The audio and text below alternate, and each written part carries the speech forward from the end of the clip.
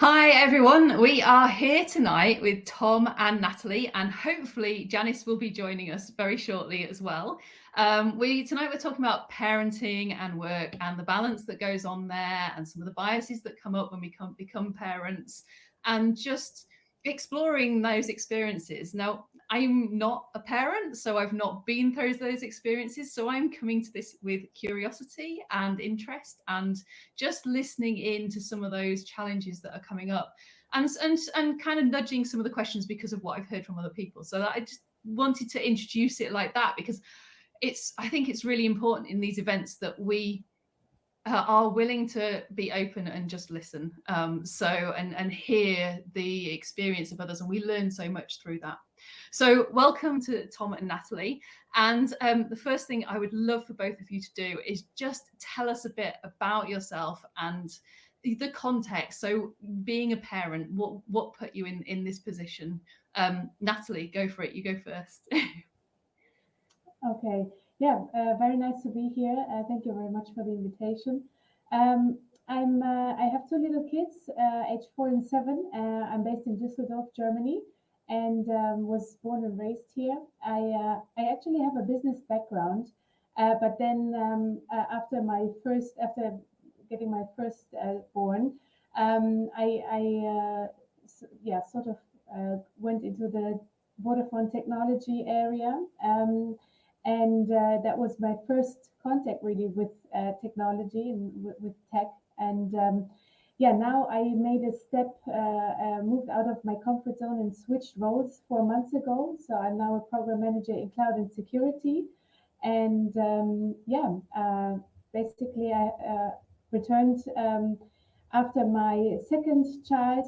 I did return after a year to work. And yeah, it has been a great journey ever since. I don't want to miss both journeys, being a mom and having a career. How old are your two, Natalie? 4 and 7, so still very little and dependent on us.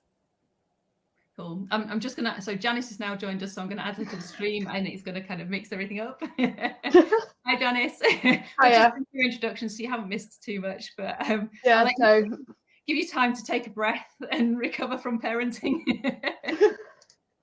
And I'm going to go to Tom and get him to introduce himself and just tell us about his background.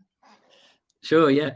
So thank you very much for the invite. Really excited to be here, and excited to talk about this subject, which don't often get a professional opportunity to talk about, I think, which is a problem in itself. So Tom Higham, I'm the creative director of Mediali, which is an art and technology company. We began as a festival and are now a sort of creative production agency. So we work kind of globally, but also all around the UK, particularly working with artists who are also technologists and making kind of experiences and pushing the boundaries of both technology and art. I have two kids, more importantly. They're 6 and 8. The 6-year-old is at football training with his mum, and the 8-year-old is next door, either on Minecraft or some awful YouTube channel. And I apologize for being an awful parent, but it is what it is. That's the only way I can join this call. I've been working in kind of digital art and creative context for a long time now. And when we had our first son 8.5 years ago, I was working in Manchester in a very intense organization, and really struggled at the time to secure flexible working. And the paternity leave situation was a mess. And I know we're going to come on to all kinds of systemic and structural issues. So I resigned and went freelance, and ended up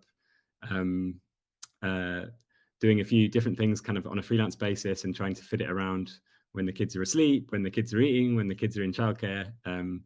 And now kind of we have a really good balance, and enjoy our life in York. So that's me.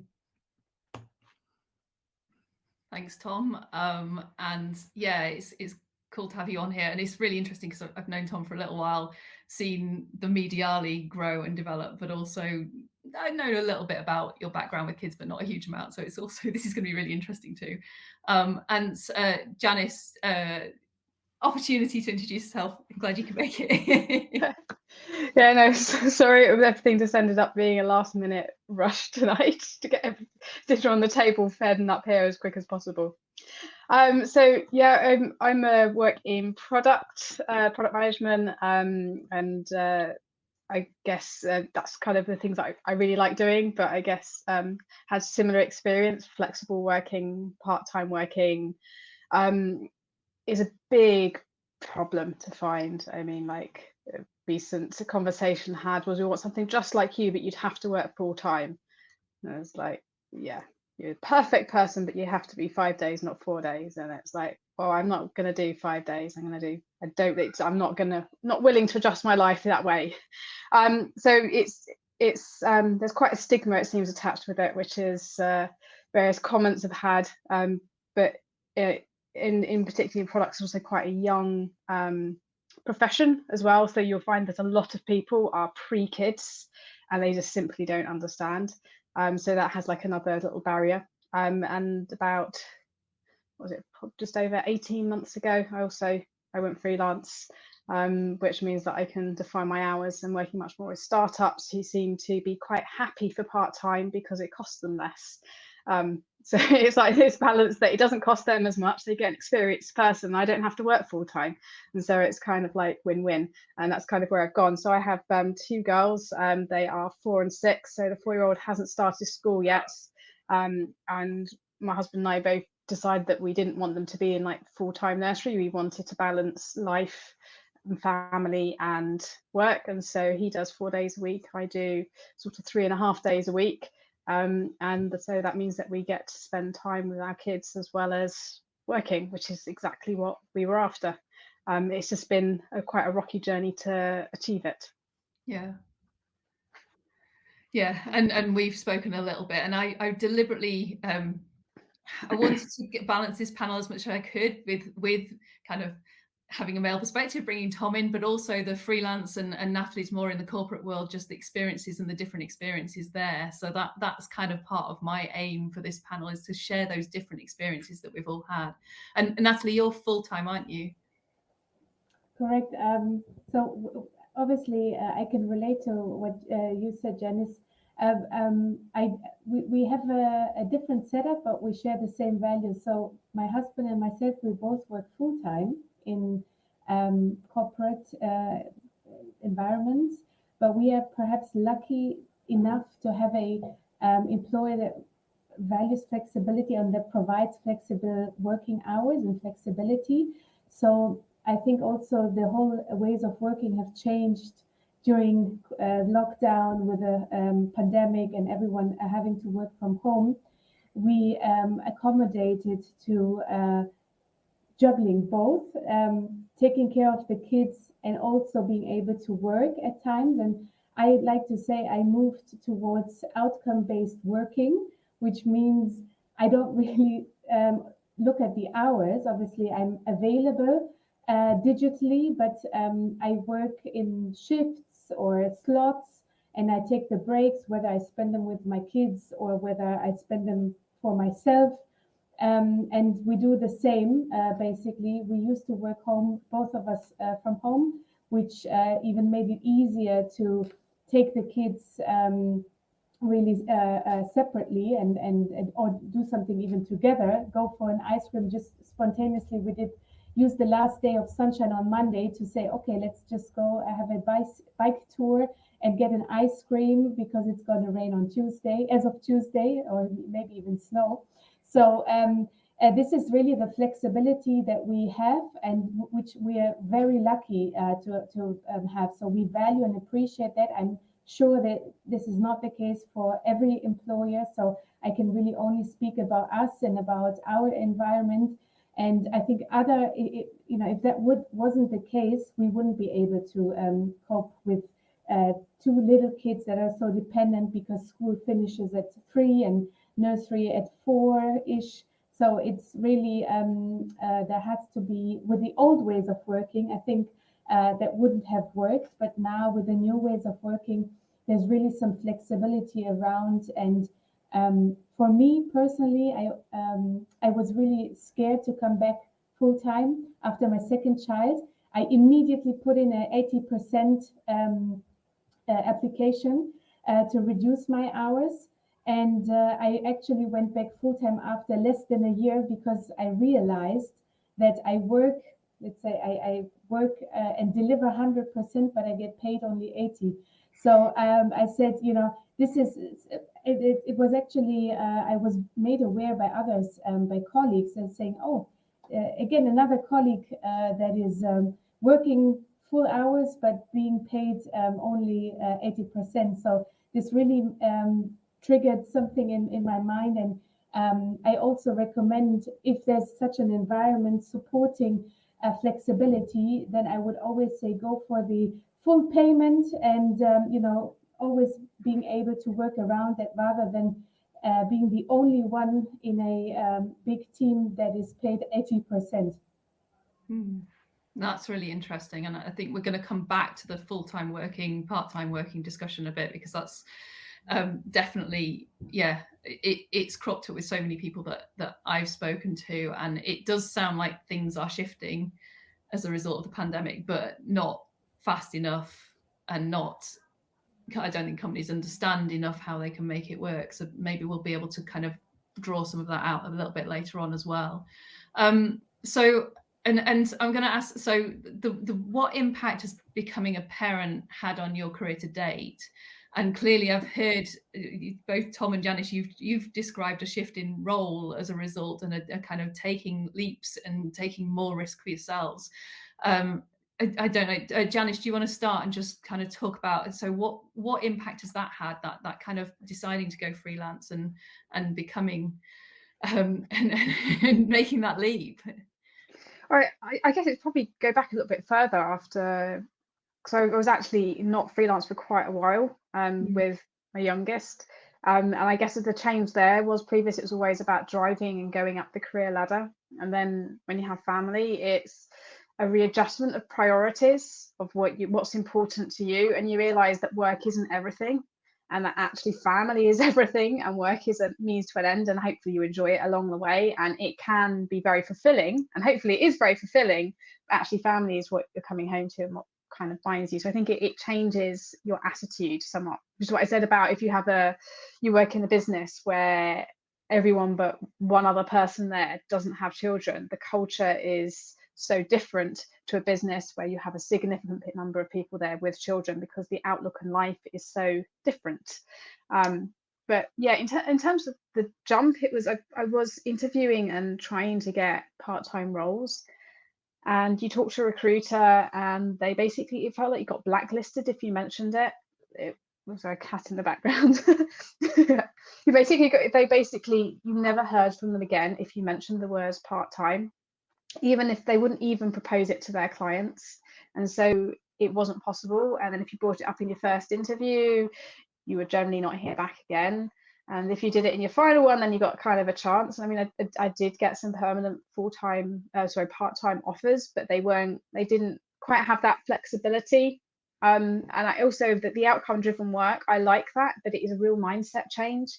It's just having spent so many years, like I say, over a decade of working, that you've got to do a certain number of hours, change into, you know what, I've done enough today, is a really hard mindset shift. And that is one that I have been coming to terms with over the, particularly I guess in the freelance, because you often can do things, loads of it, and actually, you know what, if some weeks you do slightly less hours and some weeks you do slightly more, but overall you deliver what the client that you're working for wants, why does it matter? Because what you're doing is you're delivering the value to them. But it is a really, really hard mindset shift, but a good mindset shift if you can achieve it. But yeah, it's given that flexibility, which, going through the pain of interviews and the frustration that I'm being told that you're the right candidate, but if you didn't do this, we're not interested.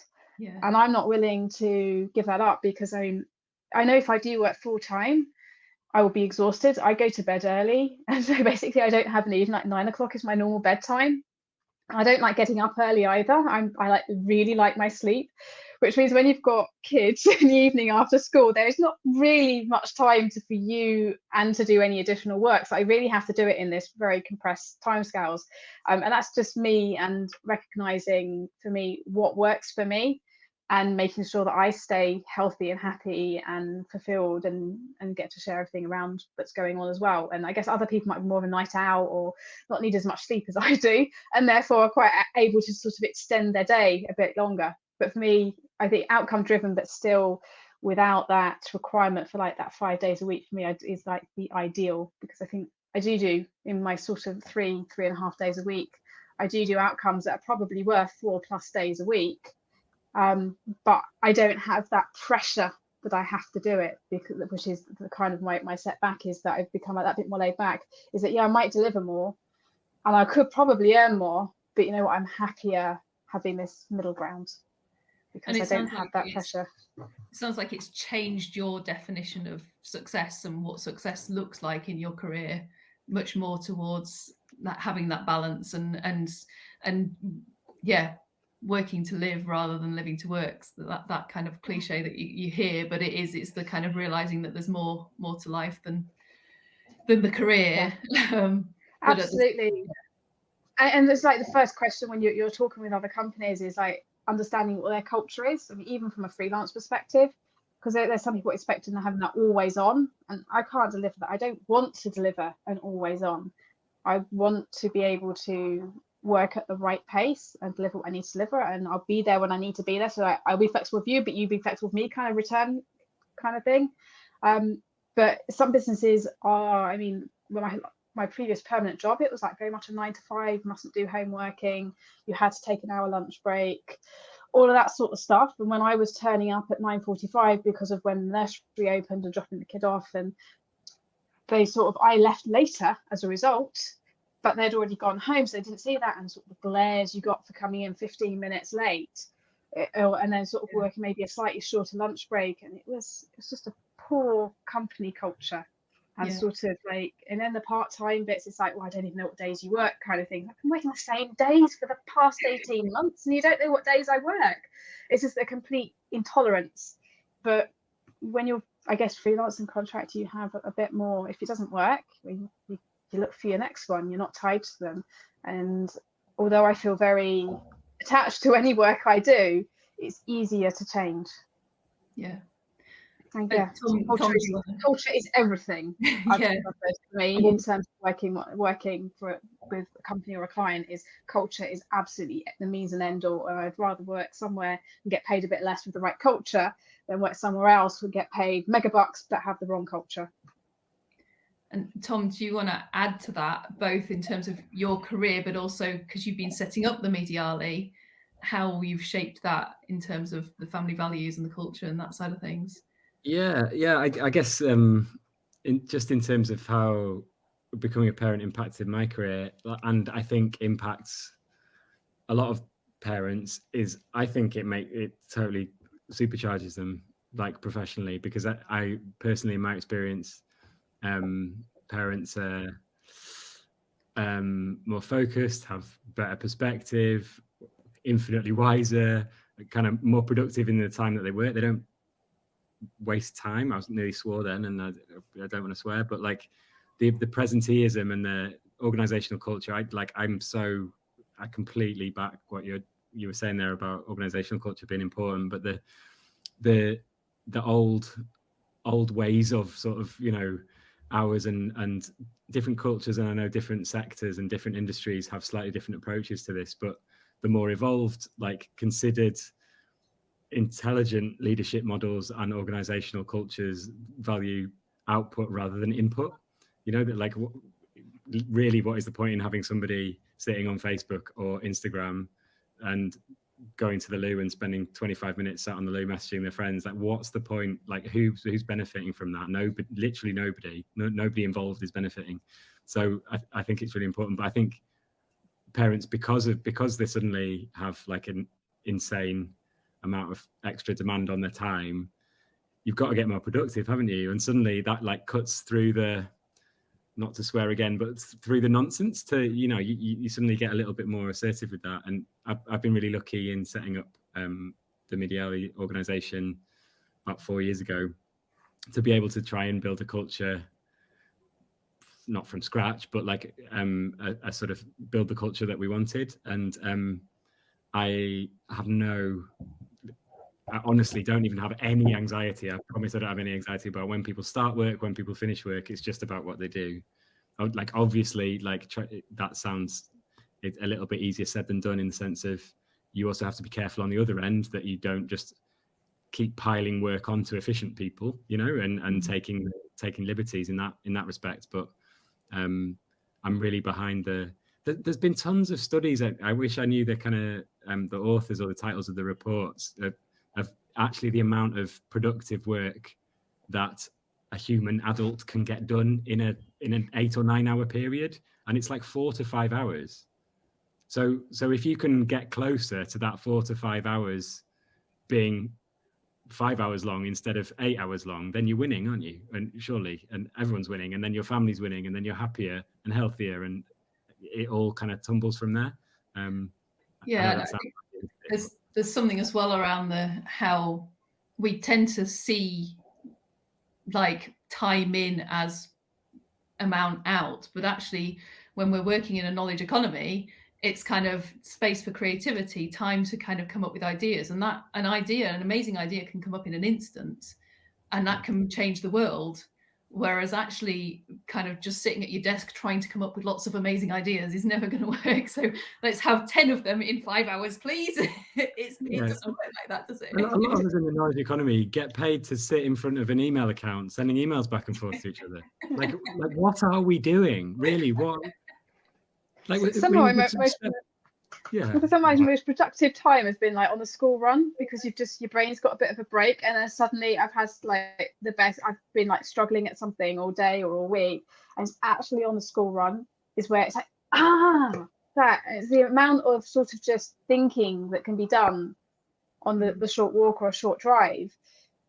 Is actually realised that that's not unproductive time. I'm not working in that. I'm actually just giving my brain a bit of a rest and coming up with an idea here and there, or just thinking something through, or getting something done. And it is actually very, very productive time, because that change of scene helps. And so that sort of almost forced break actually increases productivity. Yeah. I'm going to change the question and move on a little bit. I'm conscious of time. Natalie, what's the biggest challenge you faced as a parent in the workplace? That's a good question. I think, honestly, coming back to these 2 years of lockdown, that was really the hardest time ever, being locked down with 2 children and a husband who was used to travel and not being home. That was really the biggest challenge that we went through together, obviously, but also accepting that I need to reprioritize my life and reprioritize work. So I think that was just accepting the fact that I can't do anything about it.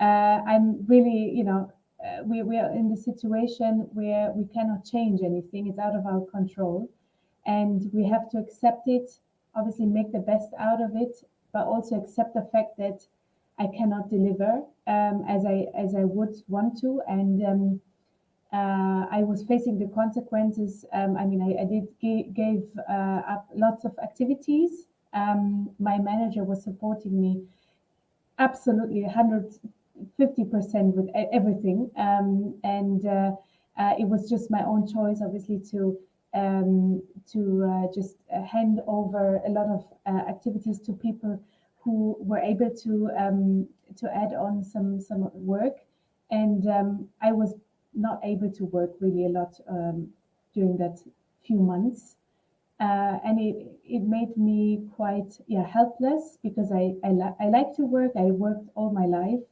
but I was not able to. So sometimes being a parent, of course, we made the decision to become a family.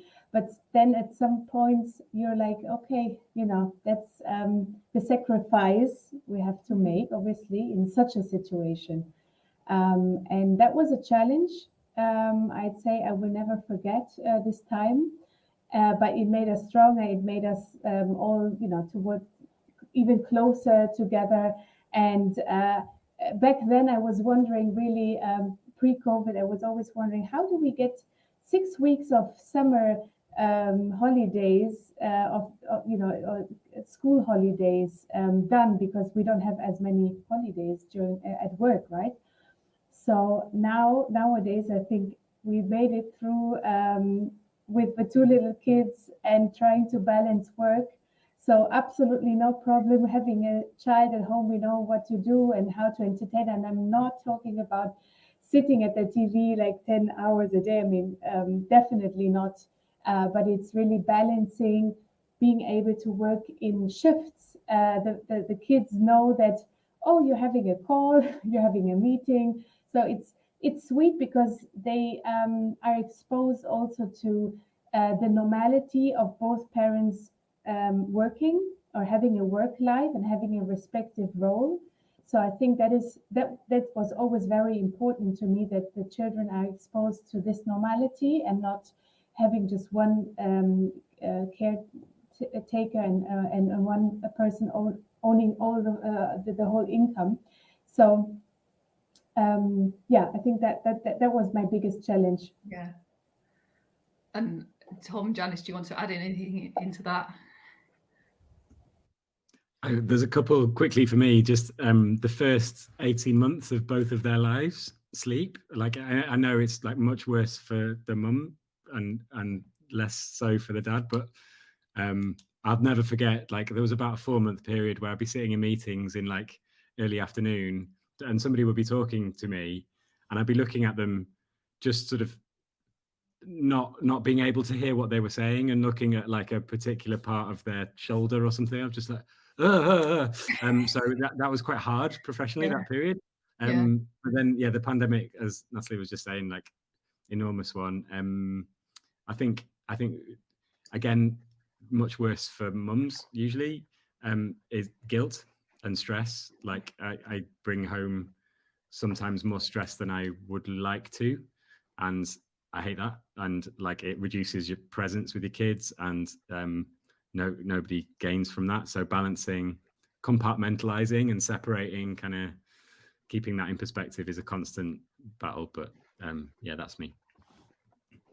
Yeah, I'm sort of echo on the guilt, but sort of like when your kid doesn't get on with nursery and the screaming and the crying and you're having to leave them and go to work, the guilt is horrible. It feels absolutely horrible. And it's so strong as well, literally prying fingers off as the next finger comes on, and them screaming and crying. And it's just a horrendous experience to go away and leave your kid in someone else's arms that you barely know, crying. And it sort of the start of the day, it just tarnishes it and reduces your productivity in certain, because you're just worrying about what's happened and how bad you feel about it. So there's definitely a lot of guilt.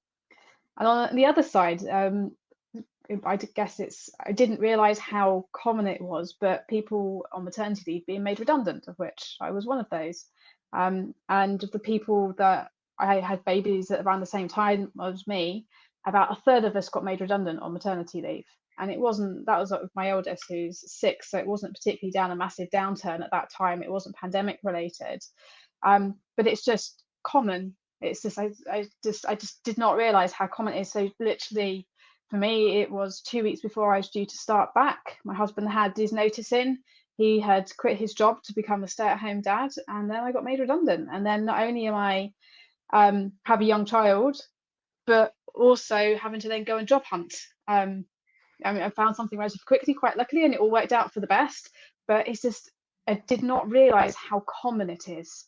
And it is surprisingly common, which is, and this is not even like asking to go back part-time or anything. It's just lose your job because there's no longer, they've lived without you for the past 6, 9, 12 months. And I don't know, I don't know exactly what's going on, but basically you get made redundant. Yeah. Tom, you had a stat there, I think. Yeah, just sorry. This is when I admit that you've got second prize from our household, because my partner Joeli runs a charity called Pregnant Then Screwed, which is about pregnancy and maternity discrimination.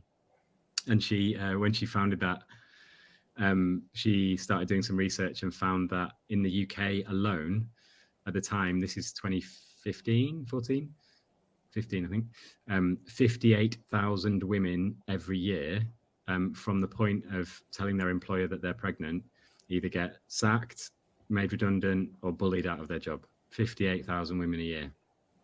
So like, it's just enormously systemic, and legally, it's not that there isn't laws to protect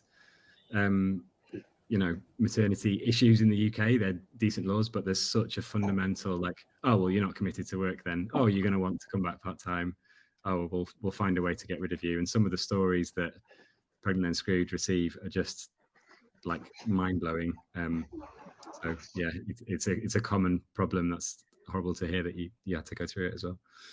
And it's just it's one of those things, like Janice said, I never knew that was an issue until you start talking to people who've been through it, and it's like, what, really? Oh, what, they do that? And then you start hearing stats like that and think that is just ridiculous. That it's, and you just, yeah. It's also just when you go back, your role changes. So the first one was basically made redundant. The second one is literally an assumption that I wouldn't want to travel, an assumption that I wouldn't want to do this, an assumption that I wouldn't want to do that, and just removed from all of those things and not given the opportunities anymore. Mm-hmm. And there's basically opportunities being taken away because of a biased assumption. Yeah. And so I'm going to move on, because I think this follows a little bit. So have you noticed any difference between the way women are treated compared to men in your experience in the workplace? I don't know if anyone wants to go first on that one. Not my workplace, but just one quick stat for you as well. Again, in the UK, dads, I know it's worse for mums. It's way worse for sure. But dads are twice as likely to have flexible working requests rejected when they become a parent than women are, than mums are. Because there's an assumption like, well, where's your wife? Where's the mum? Like they should look after him. Do you know what I mean? And there's still like, that is like dominant narrative. So yeah. So even if you want to work flexibly and have that kind of and be there, you're stuck not being able to. And because of the gender pay gap that's already like mostly propped up by the motherhood penalty, by like having children, because that's there. If family units are making decisions financially as a unit, and like, you know, it makes financial sense for the mum to take more time off than the dad in terms of any paternity leave, and it just like embeds an already problematic situation. So when dads push against that, they're kind of ostracized for doing so. So yeah.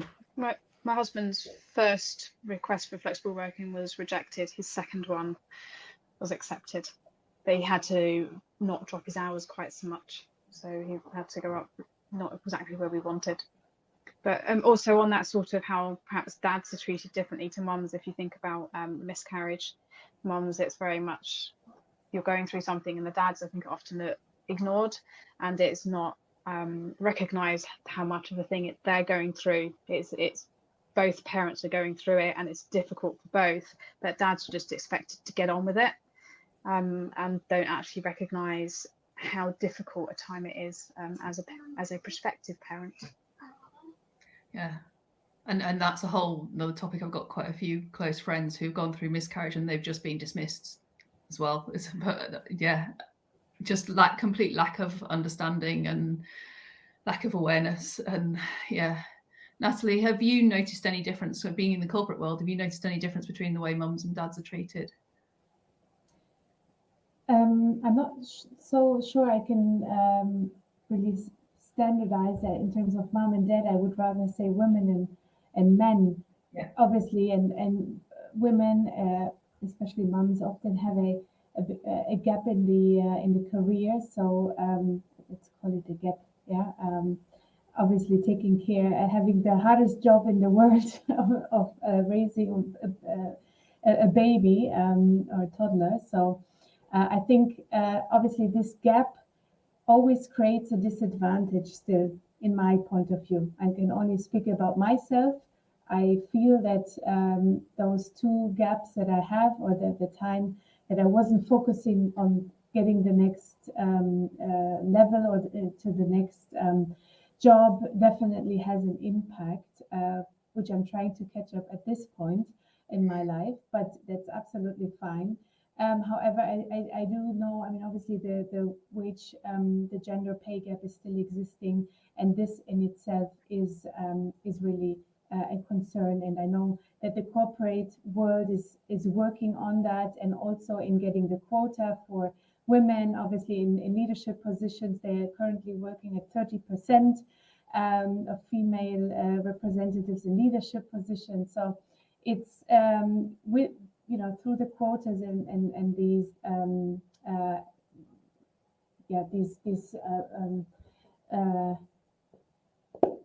I lost the word, but through these quotas, the corporations try to make sure that the equality is achieved.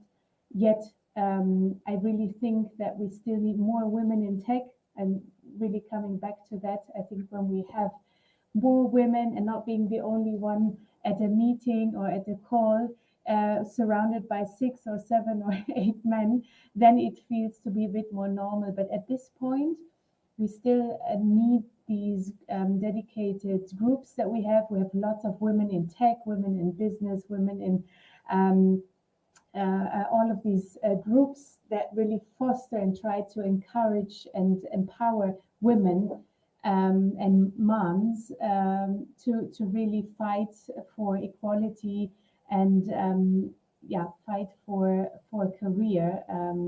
So as long as these groups need existence, I do think that there's still a difference. Yeah.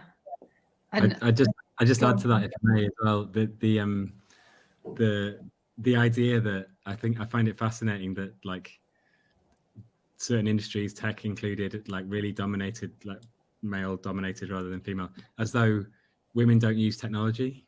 It's like, did you not think that, like, even for not to call out Vodafone in any way, but like a lot of women use phones too, you know? So maybe kind of having kind of the design of and the consideration of how the technology is made would make sense from a basic rational business perspective to be built by a more diverse team of people, and to be, you know, I find that stuff fascinating. Like when you take a whole section of society out, you like women between the age of, I don't know, 20 and 40, take them out of the workforce, and then you make it difficult for them to come back in to the workforce. Like how on earth how are you going to build or sell products of whatever kind to society? Because that's 51% of the global population. But there's another quick stat that obviously I've been given some stats by my partner, was in Sweden, and anytime you have a parental stat from Sweden, you get ready to be ashamed of what the UK does. But a study there found that for every month that dads take of paternity leave, so addressing that career gap that you were talking about there, their partner's wages rise by an average of 7%. So where we've got a situation in the UK called shared parental leave, which is not shared parental leave. It's an absolute travesty of a mess of a situation. And until that's addressed, it will, like, the career gap will always be led by women, sort of thing.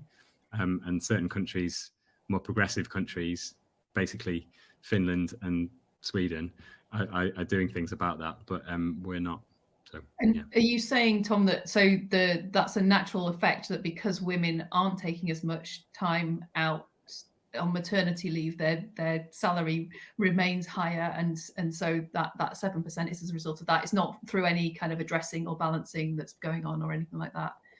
I think it all counts, but like you're taking women out of the workforce at their highest like earning potential and career progression moment, and you're kind of embedding a situation where, oh, suddenly at this stage of management or at this stage of people's career, there's a significantly lower proportion of women in the room, and it just feels feels kind of nonsensical. So until you kind of like normalize it that men are parents too, oh, like shock horror. Until you normalize that, you're not going to change the dynamic, you know. And the two things you draw, well, the one thing you're drawing out there, that kind of, if we've got more women in the room, God, we can serve another market. There's a whole market out there of people going, I just want some tech that really fits my needs, not what people are guessing at. So there's a business rationale for this, but also there's that going back to what you were saying before about men being denied the flexibility and the culture within the workplace. There's the argument that by bringing more women in, then we have to address that culture. We have to kind of adapt that culture to be more flexible, which is going to benefit men as well. And so just that challenge that comes through as a result of it, it's going to benefit everyone. We're all going to learn that actually we can't work this 9-10 hour day and kind of sit doing our email. Actually, we can be more creative, and it just all makes sense. So why aren't we doing it? Because it's too different. That wasn't a question. I'm going to get lost in that question, I'm sure, for a little while. But so let's move on to talk about company culture. So what do you think is important in the culture of a company to get that balance between parenting and work? Tom Gong, is your sort of started on this topic a little bit, but. Yeah. Oh God, a company culture. I think it's so different. It's easy for me to say because I run a company of 8 people and it's a charity. So we're not for profit and there's 8 of us. And so like we're incredibly like free and dynamic in a lot of ways. Yes, we report to the Charity Commission and we have government funding and all of those kind of things. But we're very, very different to an enormous institution, a global company, a very established kind of large scale business. But I think coming back to what we were saying at the beginning about the kind of people in leadership, I think it's important for people in leadership positions to leave early and leave loudly. And I think you've got to break that presenteeism. And when people in leadership positions are parents, like myself in my company, I have to do that. So do you know what I mean? That sort of sense of I know that's a kind of a bit of a sort of hackneyed phrase, but kind of leaving fairly promptly and fairly audaciously and saying, why are you still here, kind of thing. That you start to change that kind of like clock watching hours for the sake of it situation. I think flexibility is crucial, right? Like obviously, and some roles and some jobs, it's much more tricky to do that. I know, but most, particularly in the knowledge economy, particularly in tech, particularly in the arts and creative, why is every single job that's advertised not by default offering flexible working? Why, like I believe you should have to make a case for it to not be a flexible working job, i.e. like you need to drive a train for a particular number of hours, or the shop's open for a particular number of hours. But you know, there aren't that many train drivers listening, I would suggest. And there are quite a lot of people who spend a lot of time on Zoom calls and sending emails. And so why could flexible working requests not be totally standardized and kind of people actually leaning into, like, let's learn from the pandemic. Like, it was awful for so many ways, but like, let's retain some of the good things and not just try and snap back to 9 to 5 in the office for the sake of it. I could ramble on for ages, but that's maybe enough for now. Janice, do you want to add anything? I could reinforce flexibility, understanding emergencies happen, understanding that some parents, well, many parents may want to go and pick up their kids from school and have them at home. With the pandemic, we've learned to be able to live with kids in the house whilst we're working, which means that I think more of us are not necessarily utilising sort of after school care as much. So just understanding that. And I think it's the acceptance that if your kid's ill, you're perhaps not going to be as productive that day, and things happen at short notice, and it's not like a kind of that reaction. It's, yes, that happens, that's normal, understand. and just like that whole thing. And sort of like also it means maybe not just kids related, but that presenteeism, but also with illness. When you're a parent, you're likely to get ill a lot more, and you're also juggling a lot at home and at work, and actually not feeling pressured to work when you're ill will probably mean that for the rest of the days that you're working, you're going to be a lot more productive.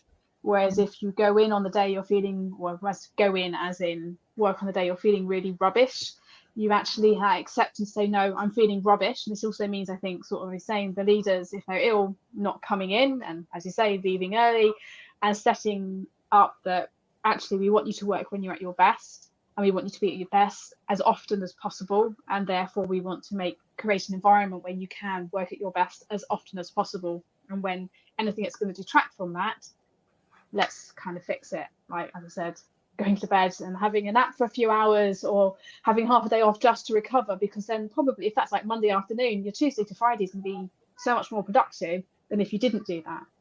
Yeah. And not having to stress if you've got to go pick up your kid from school in the middle of the day because they've had an accident, worrying about what the reaction that's going to be. You can just send a message and go, and know that it's just going to sort itself out, and it's just going to be sorted, and there's going to be no backlash. It's just accepted those sort of things happen. So it's that flexibility, openness, honesty, and I guess leadership by example, that understanding that it should not be working all of the time.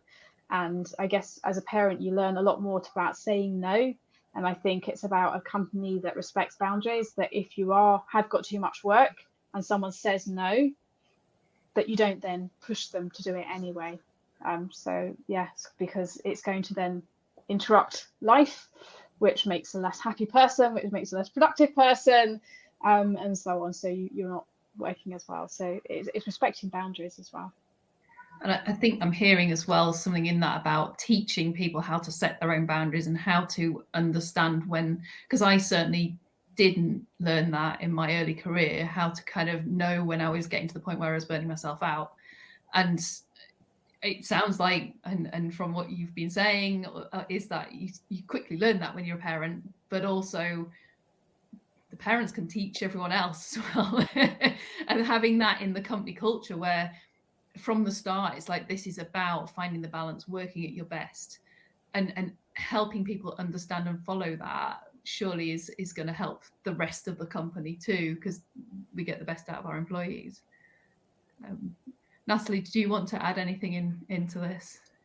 Yes, I'd love to. So obviously I'm talking always from the big corporate world, but if I summarize and also elaborate a bit, flexibility, trust in an employee, and also the empowerment to actually make the choice and to respect that choice is really needed and needs to be embedded in the corporate culture. And I'm really lucky that I have that. It's not just about the culture, but also the line manager. And I think that is really reflecting that. So for example, this week, Tuesday, I got a call at 10 a.m. I need to pick up my little son because of some bug. So obviously I had to rearrange everything. And I said to my manager that I need to take care of my son, also staying at home on the next day. So I will work around that. And he said, absolutely, do as you have to. So I think this empowerment, the trust that he has in me, that I manage my own work whenever, wherever, this is really key to balance parenting and work. I have been at situations previously with other line managers and with other environments where this wasn't the case. So I know both. And I really appreciate what I'm having at this point. And it's a totally different feeling of actually, even perhaps a bit like the self-employment, because I can choose when I work, how I work, and what I do, because I have the trust in me, and my manager has the trust in me that I will do the right thing. And also I've been actually part of a well-being webinar for just a few weeks ago, and there our director of strategy also mentioned that he has a question policy. So if a colleague or an employee rejects a call or rejects a meeting because he or she cannot attend, there are no questions being asked as to why. So I think this is really important to role model that.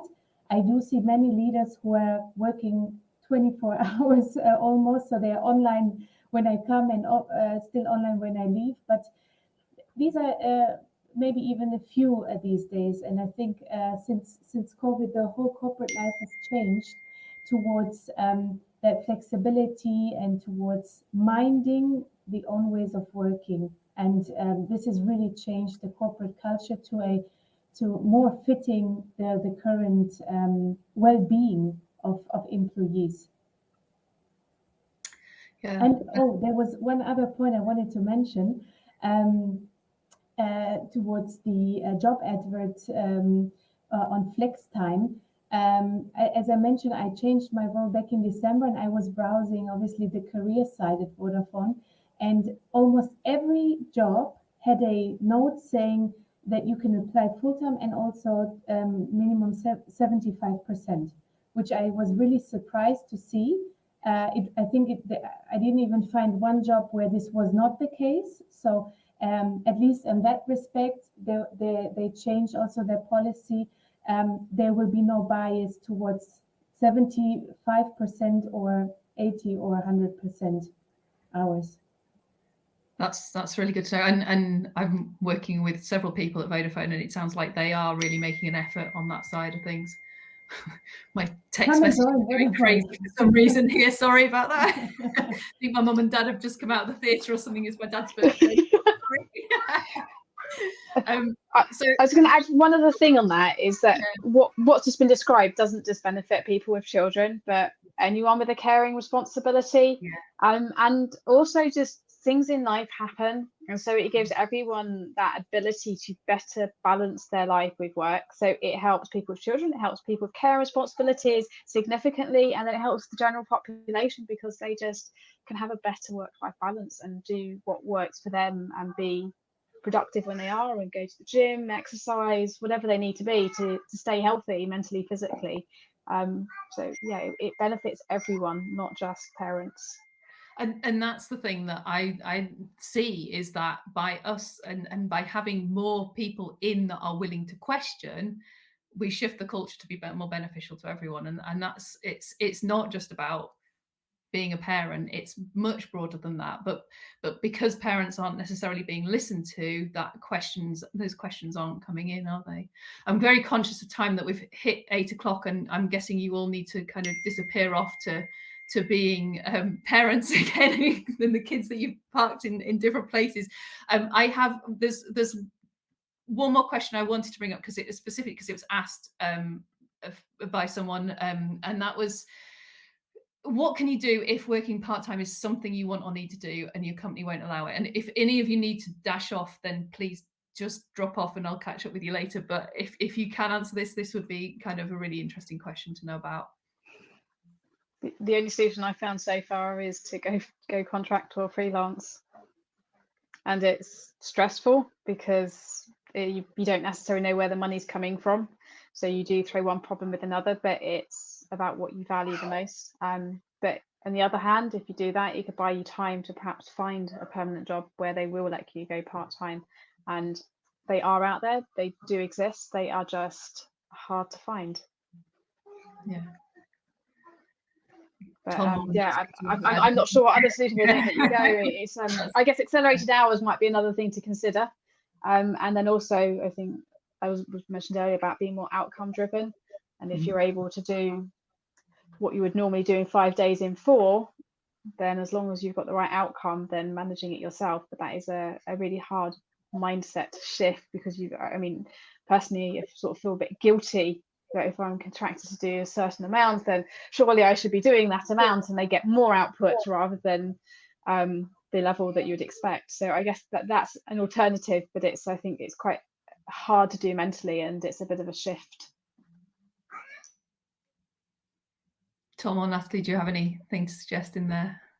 Yeah, I would just quickly say leave, but I mean that's not very useful. But they have to have, the company legally has to have like a proper rationale and reason for rejecting your request to change your working pattern. So if you like, there are other ways to skin the cat, as you're just mentioning about like accelerated or compressed hours, you know, do 3 longer days and 1 normal day and have 1 day off, sort of thing, if it's literally about kind of totting up to a certain number of hours. But if it's something, if you feel empowered to do so, I mean, it's a fairly fundamental one for me. Maybe we don't know what this person's kind of job or role is, so it's hard to comment on that. But they have to explain why, and if they won't explain why, then maybe that says a bit more about their attitude that will come up in other things. Maybe start looking for yeah. I guess there's an element here of who you're negotiating with. So if this is, you've put a request to your manager and it's rejected, then maybe there's exploring other areas of the organisation, HR policies and things like that, which might be worth doing. Because if your manager won't discuss it, then it's going around them. But if it's a company policy or something, they've got to justify it, haven't they? So yeah. And Natalie, have you got anything come through from you? Yeah, I would also say, you know, I mean, if it's a matter of 70 or 80 or 100%, really list out and get an understanding of what is achievable in a given time and what activities would be basically left out, and see if that is an idea to reassign those activities, really being very specific and pragmatic in terms of negotiating with the manager, because you need to be super prepared, I think, for fighting for that. I actually was in a similar position. I just realized that that I wanted to reduce my hours, and because I'm a full-time role, and basically that role is full-time, I wasn't allowed to reduce it, but I could have pushed through and fight it for it. I mean, obviously, you can always go to HR, to human resources in a corporate company, and there's a works council in Germany, which is actually protecting employees from any mistreatment of the employer. So I'm very lucky, actually, that in Germany something exists like that in big corporations. But even without that, give it a try in terms of really listing out the facts. And I'm sure that in most of the cases, also the majority can be achieved in part-time. Not saying overload yourself and just work straight off, you know, without taking a break, but it's often the case that we underestimate ourselves, and that we actually deliver everything that we can in that part-time. If it's the case of 80 and 100, I have been there, and I can definitely talk out of experience, but it always depends on the job and the role and the manager. Yeah. And I'm going to add to that, so I just remember reading the 4-Hour Work Week, which is really interesting about how do you kind of turn to become more outcome driven, and that kind of the suggestion there was starting to negotiate to work from home, but then being very, very focused on just delivering the exact things that were needed and not doing any of the background activity, the kind of the dross that kind of fills up our time, the email checking and all of that sort of stuff, and just seeing if anyone notices it, and then going back with a proposal and saying, I'd like this, and actually I've been doing it for the last how long, you just haven't noticed. And that's a very kind of evidence-driven thing that can come challenging to do. I couldn't figure out how to do it when I was doing it, but it's an interesting way, and I think maybe the pandemic might have made that a bit more possible to do, because we are more open to working from home. So I'm going to draw it to a close there. There were a few other questions, but I'm not going to carry on. It's been an amazing discussion. I've really enjoyed it. I hope you guys have all really enjoyed it, and I'm sure there'll be lots of kind of interest, follow up, and as I said at the beginning, if anyone's got any questions they want to drop in and you want these guys to answer, I will make sure that it gets in front of them and that it gets passed on. I haven't asked, are you all happy for me to kind of share contact? So if people want to connect with you on LinkedIn and sort of make that connection and follow up with you, then happy to do that. So I'll share your details for people to connect across, but I think everyone's on LinkedIn, so that's the easiest way. But yeah, thank you all so much for coming along. I hope you have all enjoyed watching. Got a thank you from one of our watchers as well. So I'm going to say goodnight to everyone in the group and watch out for the video as well. So see you later.